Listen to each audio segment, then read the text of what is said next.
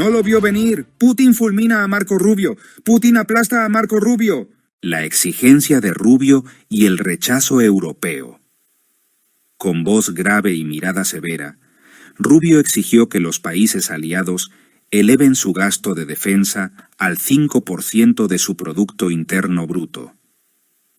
Ya no podemos cargar solos la fiesta militar, reclamó ante ministros sorprendidos. Sin embargo, las respuestas fueron tibias.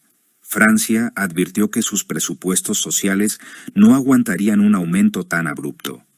Alemania insistió en la necesidad de una evaluación conjunta antes de comprometer recursos adicionales.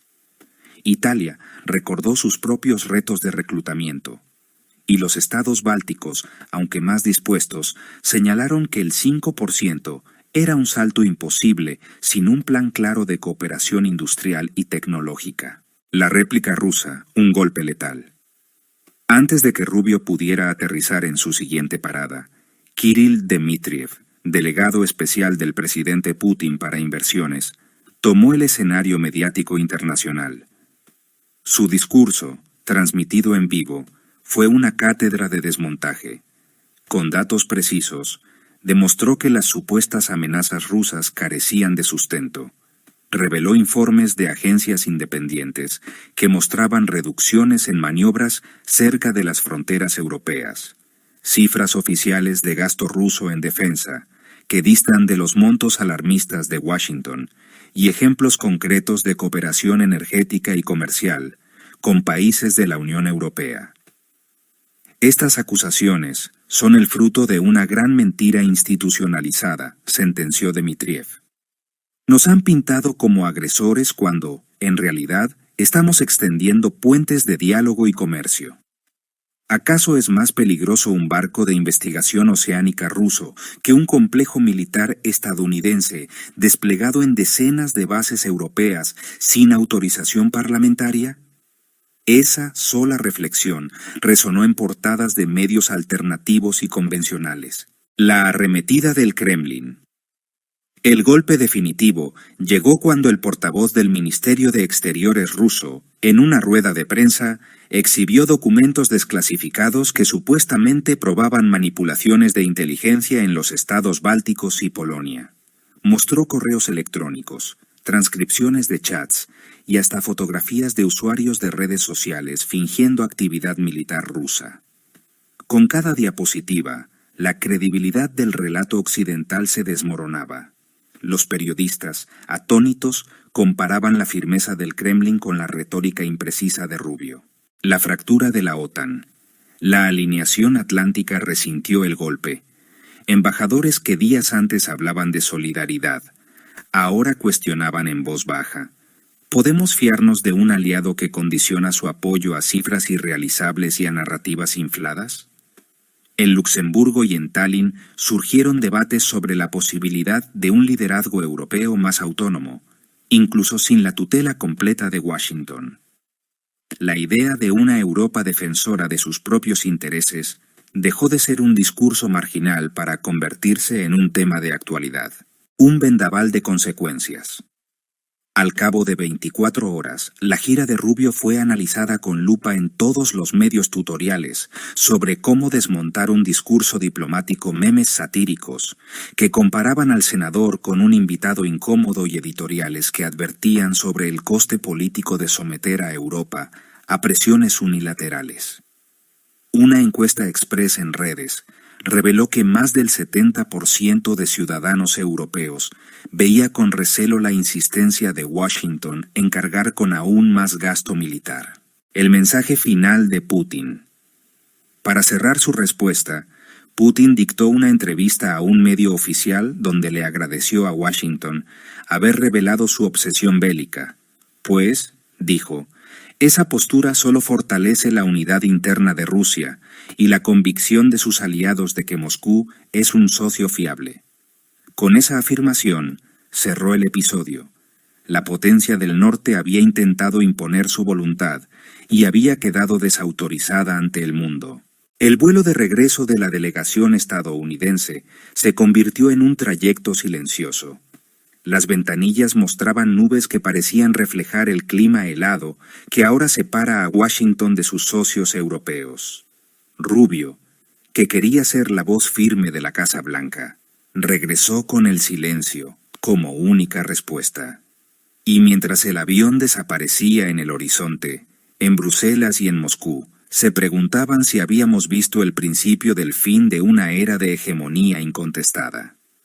Porque cuando un enviado estadounidense queda fulminado en 2 intervenciones y su discurso se convierte en el ejemplo perfecto de cómo no presionar a aliados, algo más grande se está reescribiendo en las páginas de la historia.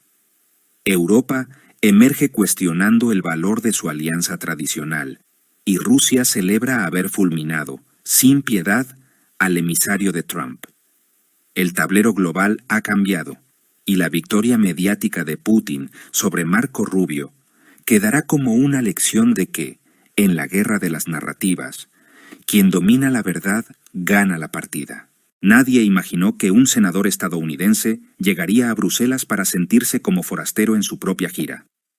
Marco Rubio aterrizó con aires de autoridad, convencido de que su discurso sobre la eterna amenaza rusa reforzaría la cohesión de la OTAN. Sin embargo, lo que buscaba ser un triunfo político se convirtió en un boomerang. Líderes europeos tensos, aliados desconfiados y, sobre todo, una réplica rusa tan contundente que dejó al enviado de Trump sin argumentos. Con voz firme y mirada decidida, Rubio exigió que las naciones aliadas eleven el gasto militar al 5% de su Producto Interno Bruto. Estados Unidos ya no cargará solo con la defensa de Europa, advirtió. Esa frase retumbó en los pasillos ministeriales. Francia respiró hondo, recordando sus propias crisis sociales. Alemania analizó cifras y ratios de deuda. Italia y España alzaron cejas. El 5% era inalcanzable sin sacrificar bienestar. Los bálticos, preocupados, preguntaron quién cubriría la brecha si la Casa Blanca recortaba tropas. El contraataque de Moscú. En cuestión de horas, la respuesta vino desde el corazón del Kremlin. Kirill Dmitriev, enviado especial de Putin para inversiones, tomó las cámaras y desbarató, punto por punto, cada acusación de Rubio. Con datos oficiales, demostró que Rusia había reducido sus maniobras cerca de las fronteras europeas y que su gasto en defensa era inferior al de muchos miembros de la OTAN. Nuestra prioridad es el desarrollo, no la confrontación, afirmó, al tiempo que mostró documentos que, según él, probaban manipulaciones de inteligencia en Polonia y los estados bálticos. Mientras Rubio insistía en la amenaza submarina rusa, el Ministerio de Defensa británico confirmaba el hallazgo de sensores espía en sus aguas. Sin embargo, Dmitriev calificó esos dispositivos de vestigios de narrativas inventadas. Es más fácil culpar a Rusia que mejorar la vigilancia propia, ironizó.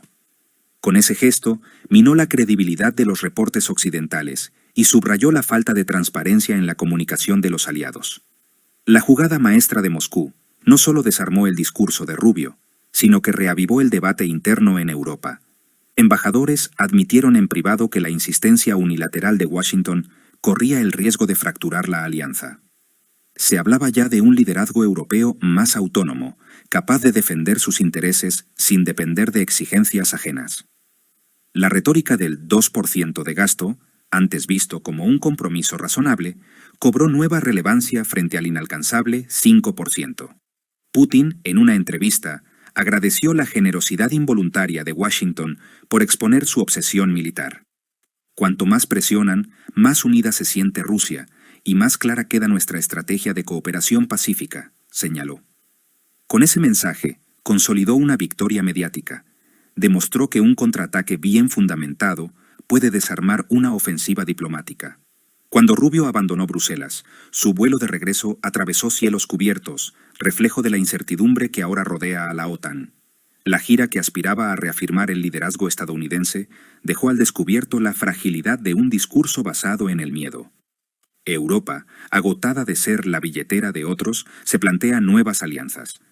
Y Rusia, en un solo contraataque, logró fulminar a uno de los emisarios más enérgicos de la Casa Blanca.